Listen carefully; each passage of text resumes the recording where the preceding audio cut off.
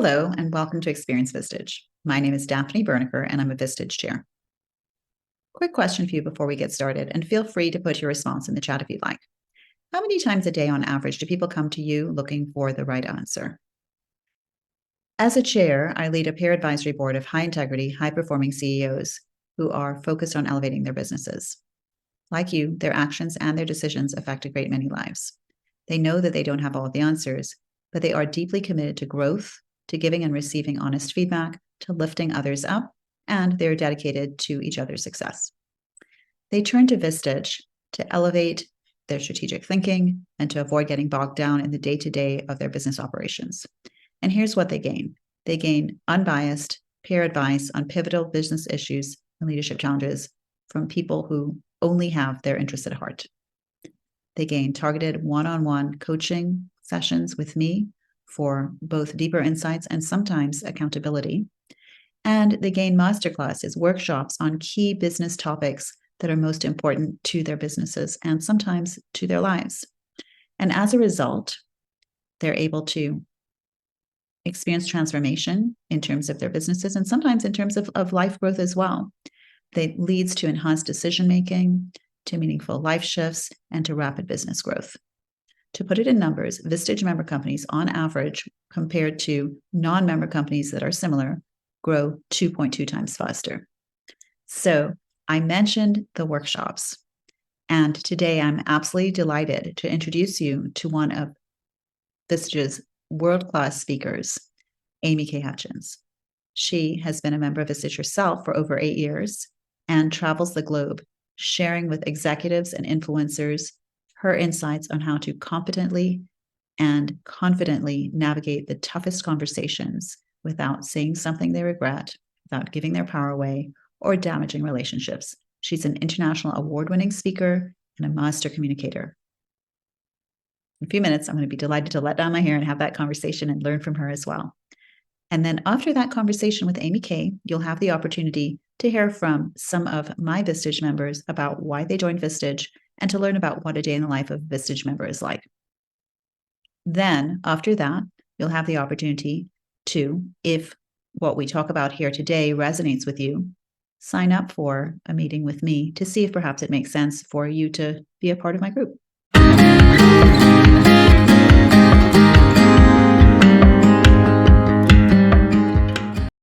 Hello and welcome, everyone. My name is Daphne Berniker. I'm an executive coach, corporate culture consultant, expert on emotional intelligence and intrinsic motivation. I'm delighted to have you here at the first of my series of podcasts entitled Creating Positive Change. Here, people who attend will have the opportunity to gain deeper insights, make powerful positive shifts, and take this back to create better lives for themselves and those that they care about. And I'm absolutely thrilled to have with me and us here today my very first speaker, and I do mean speaker, AmyK Hutchins. She is an internationally known and recognized and awarded speaker. She is the author of 2 Amazon bestseller books and is a true expert on communication. And AmyK, by the way, is just so much fun. You're going to love her. So with that, let me go ahead and kick it off. AmyK, welcome. Oh, thanks, Daphne. No pressure, right? But now we got to make it fun for everybody. So I'm so happy to be here.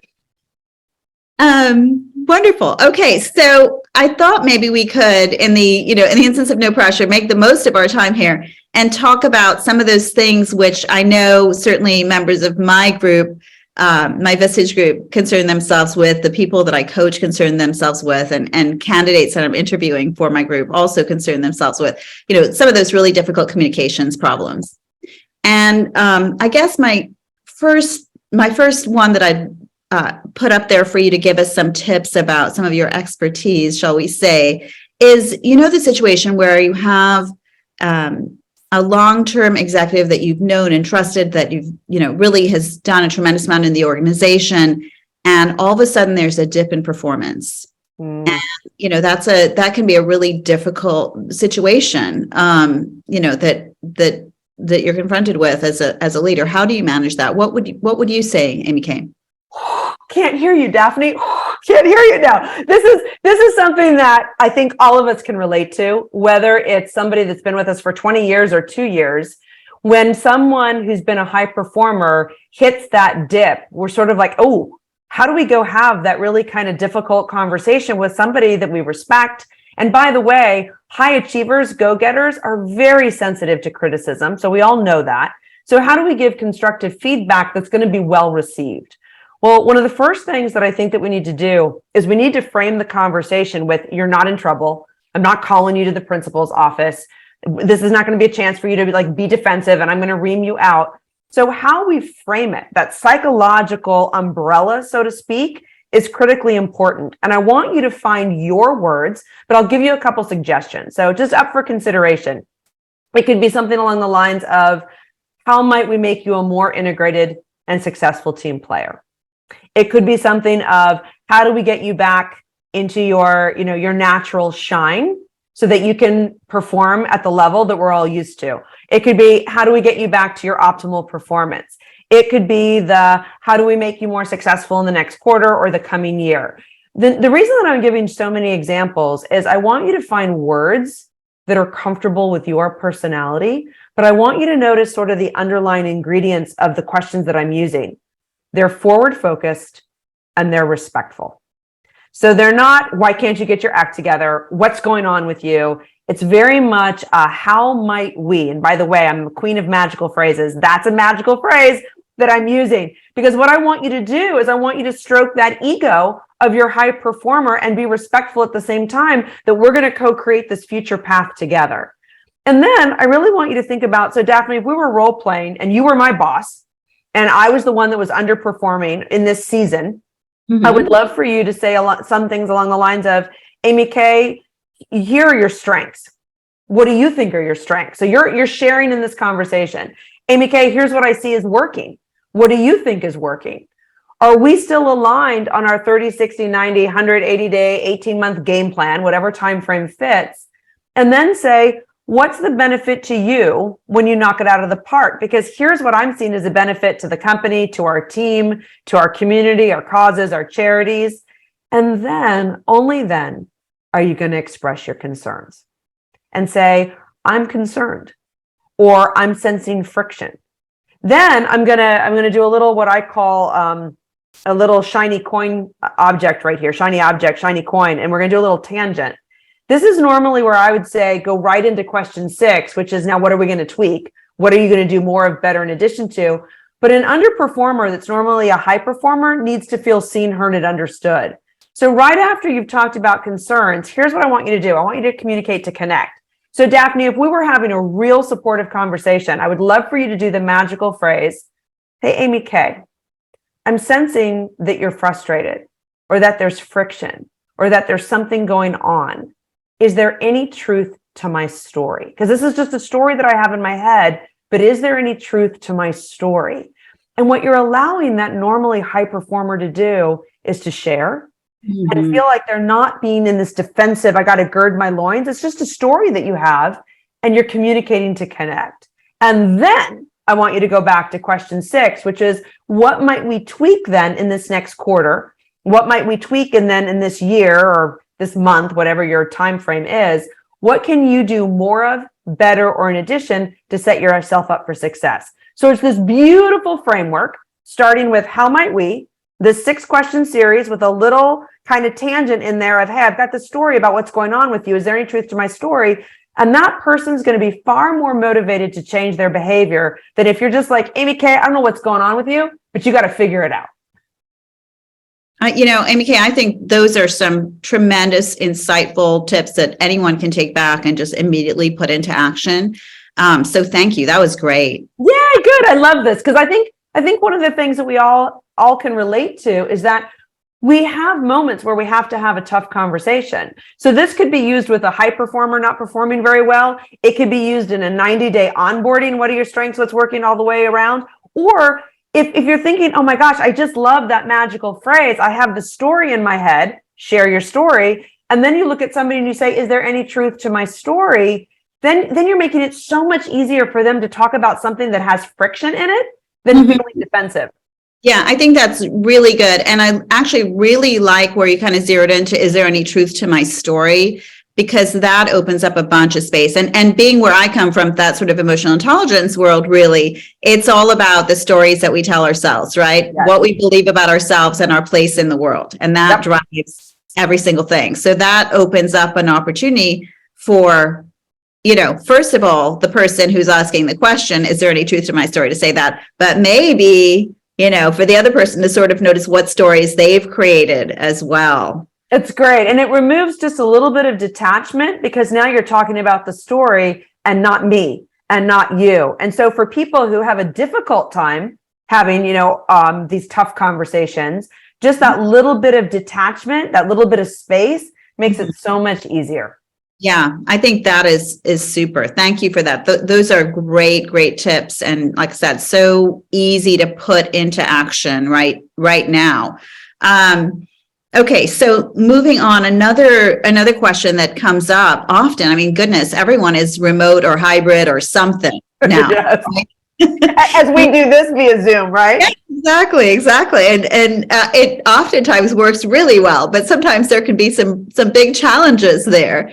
And I'm curious to know, I'm sure you get this question all the time, like, how do I best manage my, remote people? Or how do I make sure I'm connecting with, or how do I give feedback to a person that I've never been in the same room with, This is ubiquitous. This is the way that our world is shifting. And one of the things that I like to remind people is just think about the analogy that if you were sitting in a room all day long and you didn't have interaction or feedback or somebody reaching out to you, it's very isolating. And as we talk about stories, we make up stories in our head. We all know this. This is nothing new. With a dearth of information, we're going to make something up. And it's often negative because we have our protective persona. We want to survive. So one of the things that I think that's really important is to reach out on a weekly basis. And everybody's going to say, I don't have time for that. You don't have time to not have time for this. Mm-hmm. And so to reach out on a weekly basis and change that agenda. And here's why I say change it. It needs to be an authentic conversation. When it becomes the rote of, hey, Daphne, how you doing? Just checking in with you. Hey, Daphne, how you doing? Just checking in with you. People tune out. So taking the responsibility as a leader that I'm going to check in and I'm going to ask 2 unique or provocative or intriguing questions every time that are going to raise the level of critical thinking. So this could be everything from, hey, if you look back in your conversations last week, what was the most effective conversation in moving productivity or performance forward? Or it could be, what was the one conversation that you'd like to go back and redo? How would you redo it? Was there a conversation you would have better prepared for? Was there a piece of the proposal or a piece of the project that you would have done differently or written differently? Would you have included or integrated somebody else's opinion? And you all are saying, like, again, I don't have time for this. It doesn't take more than 3 minutes to do a little prep to have a better conversation that connects with somebody who's hybrid, and then ask them to do a little bit more critical thinking. And then, this is really important, I always believe in doing something that's genuine. I call it the 3 S's: sincere, specific, and selective praise. So again, Daphne, if I'm reporting to you and you're in that, hey, I reach out to you weekly, but all I get from you is a good job, AmyK, good job, it becomes meaningless. But the minute that it's sincere, specific, and selective, I start to pay attention and I get more committed even in a hybrid situation. So when you shoot me either the email, or we hop on a Zoom call, or you send me the handwritten note, or even just the text message that says, your presentation last week, when you told that story about X and you showed that visual Y, that made a huge difference. That was extraordinarily thoughtful. Thank you. All of a sudden, I'm like, oh my gosh, Daphne's paying attention to what I do. So just remembering that even in a hybrid situation, it's extraordinarily important to offer people sincere, specific, and selective praise and to raise the critical thinking. Okay, great points. Thank you. Something came up to me as you were talking about that. I was thinking about the situation where it's remote and somebody either blows the presentation or maybe they say something that you're like, we did not, that was not supposed to be in that. I don't know why this, I have no idea why you would put that in right now, because that is not the time and place for this. Okay.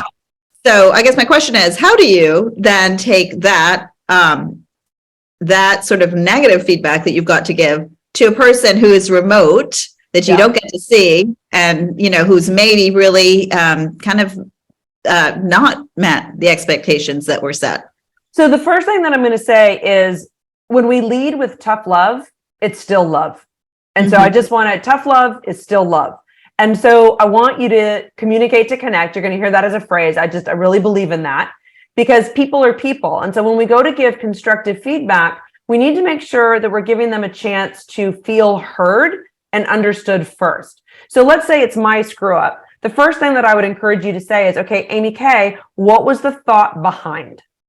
So help me understand. Those are two great magical phrases. So what was the thought behind that comment that you made, that thing that you shared, or, help me understand why you lost your cool, or how we got that inappropriate story. Like, where did that come from? But what you're doing is you're giving me a chance to explain. Before you just read me out, I might come back and I might say, well, I just got a phone call and I kind of lost my mind because my dad just went to the hospital. Your ability then to lead me through that is very differently had I not explained. And then if you found out 24 hours later that I was in the ER with my father, you'd be like, okay, I was a jerk yesterday, right? So we want to communicate to connect first. And then you can give constructive feedback. You can actually then say, okay, I want to share something with you. Now, this is really important. When it comes to blame or finding fault, I want you to go back to the original definition of responsibility. Taking responsibility, taking accountability for something means that we accepted the assignment and the care and management for it. So you could say to me, instead of in a blaming situation, like, I can't believe you did that, you could say, well, AmyK, you're responsible for the quality of this presentation, which means that you accepted the care and management of this presentation. So we fumbled on the care. But now, how are we going to manage the situation? What's your thoughts about how we're going to go forward? I may not have any, or if I have some and they're good, roll with it, because now it's my own good idea. If you need to give me feedback on that and say, well, I appreciate that, and here's what I think we need to do. Or if I'm like flummoxed and I have no idea what we're going to do, then you're like, okay, well, then here's what I'm going to ask you to do. But what you're doing is you're doing it from a place of constructive grace versus making me feel defensive. And then my actual performance goes down. Because we know that when people feel criticized, when people feel as if they have been reamed out, their performance is going to dip rather than go up. So then you're going to want to leave with that conversation with a request that's positive and forward focused, and say, all right, AmyK, I believe in you. You totally got this. Go do those 3 things. Keep me informed, BCC, see me, give me an update, or course correct this, but give me an action item that you're now holding me to a higher level of performance for. And that's a truly constructive and forward focused conversation.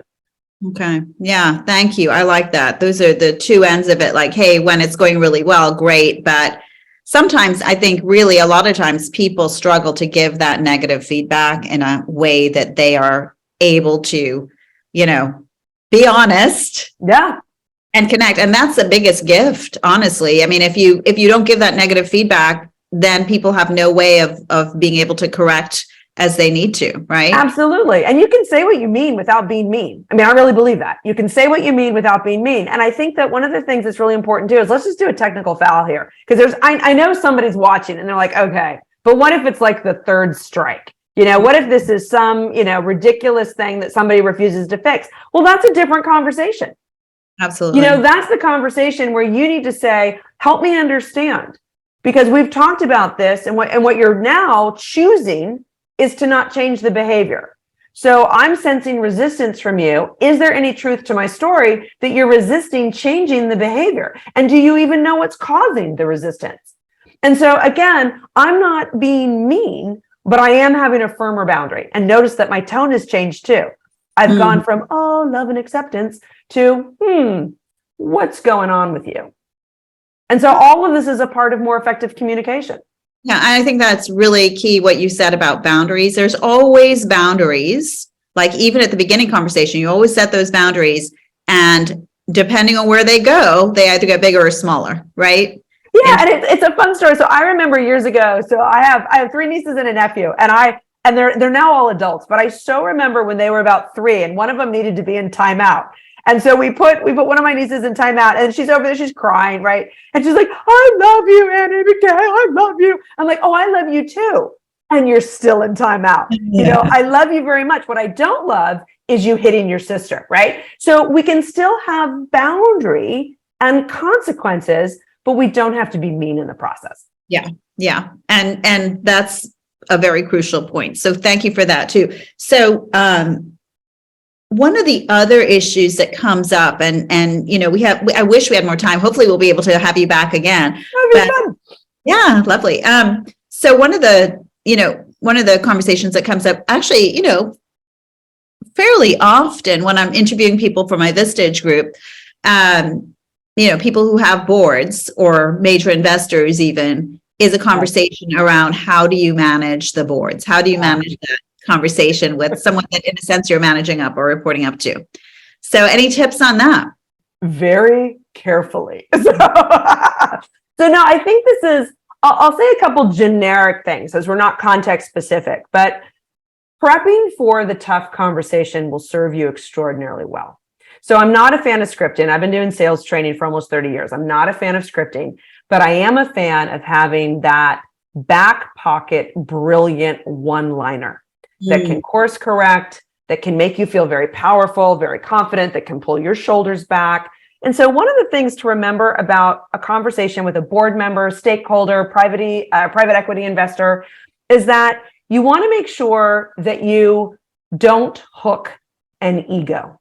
There's always an ego involved. So I always say that the conversation that we're having is not the only conversation that's taking place. So for instance, in this conversation, there's the one that we're all having.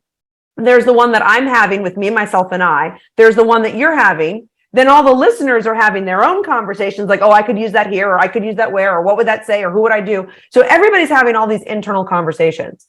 So when you go to somebody and that sort of hierarchical structure, remember that their ego is present. And so you always want to make sure that you're asking questions that allow them to feel confident about themselves rather than defensive. So what I'll often do is I'll make sure that a lot of the time that I'm interacting with a board member or a private equity investor is I'm leading with questions. So I might say, hey, Daphne, what are your thoughts about this? Or, hey, I'm thinking about this, but what am I missing? Daphne, I'd love to know from your area of expertise, like on emotional intelligence, you're a coach. What are your thoughts on that? And so I'm constantly feeding their ego. Now you're thinking, well, isn't that manipulative?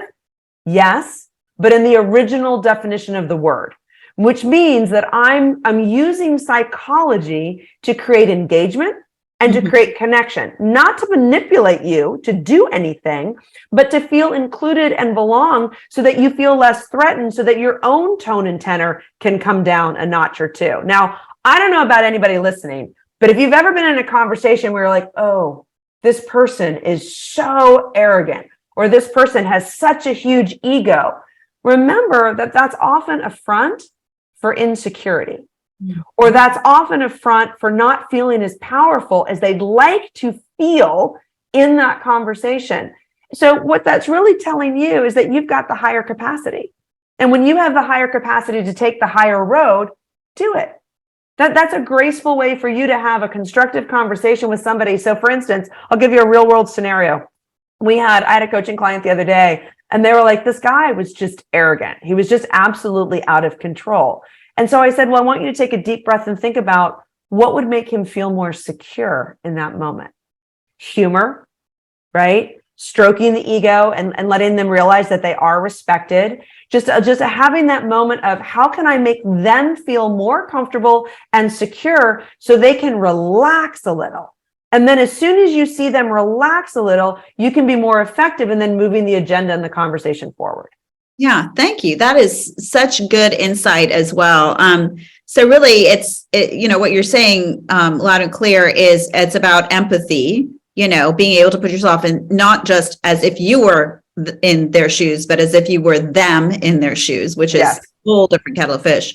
And also being able to sort of step back and instead of judging them for, they're being so this or so that or whatever, being curious about how can I, what is it they really need in this conversation, or what is it, that sort of question, in order to be able to move the conversation forward. Well, you and I are talking to the choir because you're an expert in empathy and emotional intelligence. And so just for those who are listening, what we're talking about is empathic intelligence, your ability to perceive so sensitively what's going on that you can respond in this much higher capacity of language and the power of words. So for me to just, maybe I walk in, maybe I'm the one that's filled with ego. When you can meet me with humor and fun and respect and a little bit of that ego stroke, you're thinking, well, that just seems ridiculous, except that it's effective. Mm-hmm. And if you know that it's effective, all you're doing is making somebody feel far more comfortable so that we can change the tone and tenor and dynamic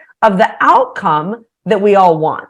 And that to me is just EQ personified. Absolutely. That is brilliant stuff there, AmyK.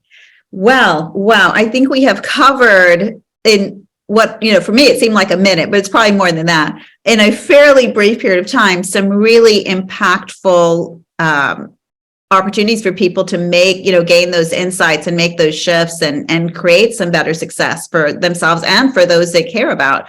So I really, I'm so appreciative of you being here.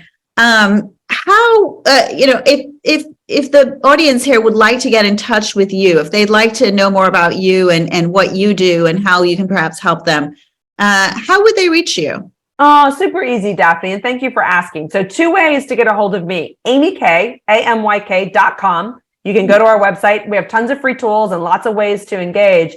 And then you can also, women leaders can go to SheGetsIt.com. And we have all sorts of, again, free resources, tools, and programs for women leaders to elevate your voice and to work on advancing your career and life. And then I always say to Vistage members, if you want to reach out and get a leadership development assessment from me for free, I will absolutely do a leadership development assessment with you and make that absolutely available to you as a Vistage member. I was a Vistage member for 8 years. I so believe in it. I've been a Vistage speaker for over 22. I think the organization is amazing, and I've personally benefited from it. So from my heart to yours, I sincerely offer that.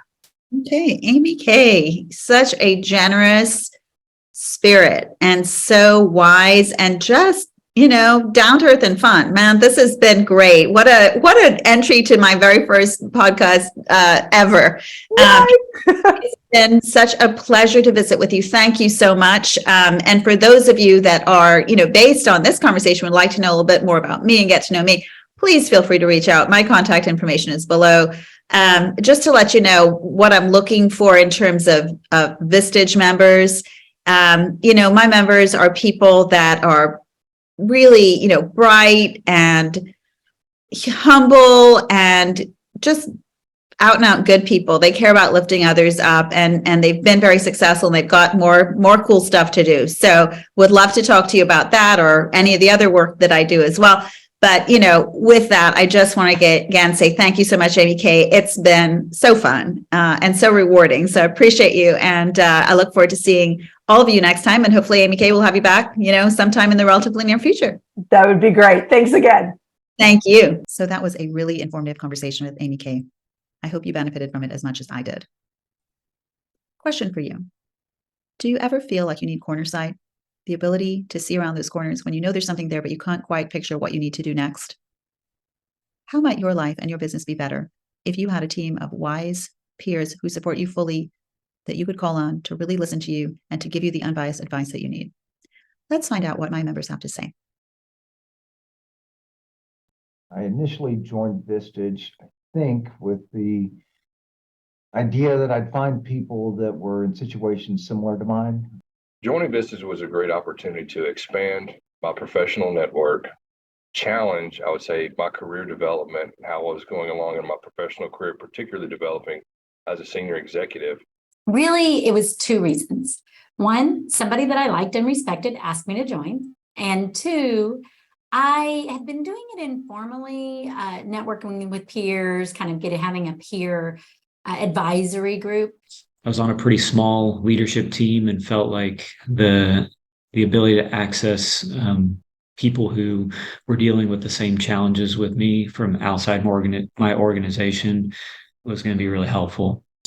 I had a need to connect with other CEOs. I needed to get more connected to the Houston community. And frankly, I needed a sounding board for folks that I could talk to and that I could run problems by and I could learn from. First of all, I realized because we have not only a philanthropic revenue stream, but we have an earned revenue stream. And I was not a business major, education major. And in terms of scaling the work that we do responsibly, I believe in the principle that iron sharpens iron. And I was looking for business friends who could help me be more thoughtful about how we are leveraging the 3 variables we can control for: the use of our time, the investment in talent, and our available funding. And I must say, I have greatly benefited from the dialogue, from the discussions, from the processing of big ideas through Vistage. And I just have the highest respect for our group. When I attend these meetings, I come out of them energized. I always have, these 1 or 2 little nuggets, components that I want to implement into what we're doing in the office. I would narrow it down to 2 things, but there's a lot that I would describe it as. Number 1, it's helped me see a fuller picture just by listening to the perspectives in the group and adding those to my toolkit. And number 2, I think it's really increased my confidence to be in a regular group where you can really dig deep into some issues or challenges. Probably like a little more confidence in how to lead effectively. I think for me, just being a little more youthful and inexperienced. Vistage has been tremendous to me in terms of improving business results, relationships, and just the ability to enjoy my business life. As far as my own leadership, I think I've become much more tactical and strategic in my thinking without having to go to business school, because there's such rich, diverse intelligence, collective intelligence in the room when we get together. And I'm always challenged by them to think outside of my little box and, take the blinders off and see things differently than perhaps I have before. I can't think of a better way to approach your business and to find ways to process those issues that crop up in your business than to be part of a Vistage group. I'm just proud to be a member of the team. I'm really proud of our advisory board group. And I think that we're going to continue to push each other and be better and better. 3 things. 1, just do it. Number 2, find the right fit of the group. Number 3, make it a priority. The best way to get out of some, like what you need out of Vistage or any other organization for that matter, is you got to jump 2 feet in. And that is, if you're going to do it, go all in. Take full advantage of it. And also, we meet with each other and grab lunch or have dialogue outside of that space. So the Vegas space that is created, that is deeply intimate and real and vulnerable and raw and authentic, extends beyond that group with people you build community with, so that you have other opportunities to go deeper and to give each other that opportunity to have a trusted sounding board that is someone that you respect and trust. So I highly encourage you to join Vistage. I highly encourage you to join us and to continue to grow in your leadership development and advancing your goals and objectives and vision. So now that you've heard from some of my members, if what we talked about today resonates with you, if you gained some insights, if you'd like to learn more, and if you think perhaps you might be a fit for my group, then please go ahead and reach out to me. My contact information is below, and you may also sign up for a Zoom meeting with me. I'd love to talk with you, love to get to know you, see how we can make your life and your business better. I look forward to speaking with you. Thank you again for attending today. It's been a pleasure.